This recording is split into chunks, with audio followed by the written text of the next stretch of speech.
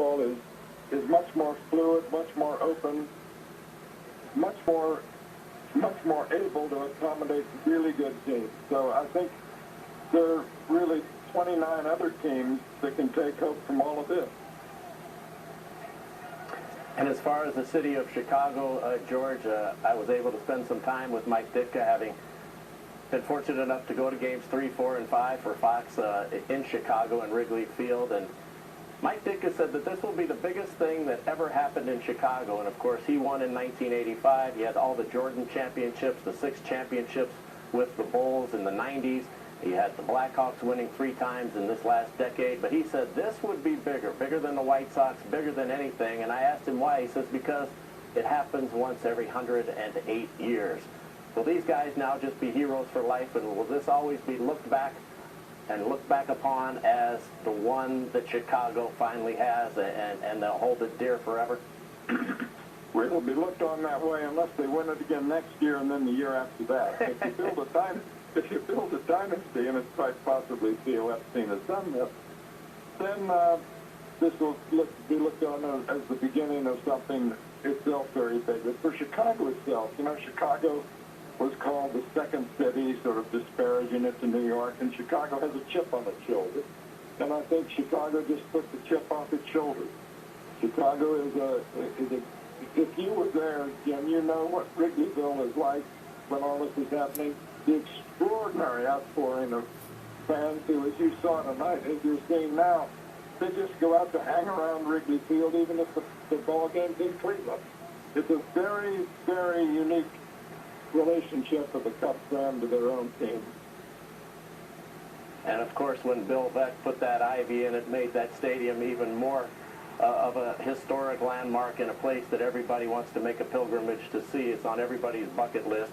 I can't help but think about Ernie Banks tonight, and Ferguson Jenkins, and Ryan Sandberg, and Sammy Sosa, and all the great Cubs, George, who never had this happen to them, and what they must be thinking. Obviously, Ernie Banks has passed away, but what do you think this will mean for all of the Cubs who labored for so long and never had this moment?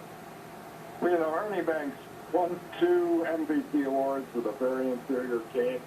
Had a Hall of Fame career, but he holds only one major league record, and that is the most games played without ever playing in the postseason. So in a sense, this is the payback for Ernie Banks. George, let me ask you, do you think that this now can catapult baseball back into a sport where everybody will want to come back? We see the troubles that the NFL is having with ratings and head injuries, and now you see just this occasion of pure joy, this World Series. Do you think that this can now be a springboard for baseball to once again possibly have a Renaissance era and make a comeback?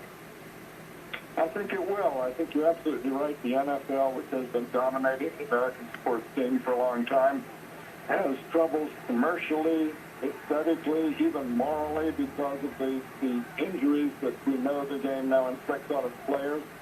And baseball has been just sort of hanging around saying, we've been here a long time before the NFL. We're going to be here a long time afterwards. Take a second look. And this World Series was a great second look at baseball. As you can see just outside the stadium, a sign we have not seen at Wrigley Field. World Series champions, Chicago Cubs, right under Wrigley Field. The friendly confines, while they're not inside tonight, outside, it is a total celebration. George, I want to ask you about the Indians. Now the Cubs become just the 6th team in World Series history to come back from a 3-1 deficit. The last team to do it was back in the Royals, 1985, when they came back and beat the Cardinals. And they're only the 4th team to have done this now by winning games 6 and 7 on the road. The last team to do that was the We Are Family group of the Pittsburgh Pirates. And so now the Indians up 3-1. They lose in extra innings. They lost in extra innings in 1997 to the Florida Marlins by Edgar Renteria. And so they know the heartbreak that this game can bring. Your thoughts on the Indians this evening, suffering this loss, having been up 3-1? I was in Miami, Florida at Game 7 of that 1997 World Series. A little boy in a Cleveland Indians t-shirt was sitting behind me when the Indians lost their lead. in the 7th inning, and he started to cry. He cried through the rest of the game. But, you know, this Cleveland team is tremendous, and they got wonderful young players. They're going to be here for a long time. They have nothing to be ashamed of and nothing to feel bad about.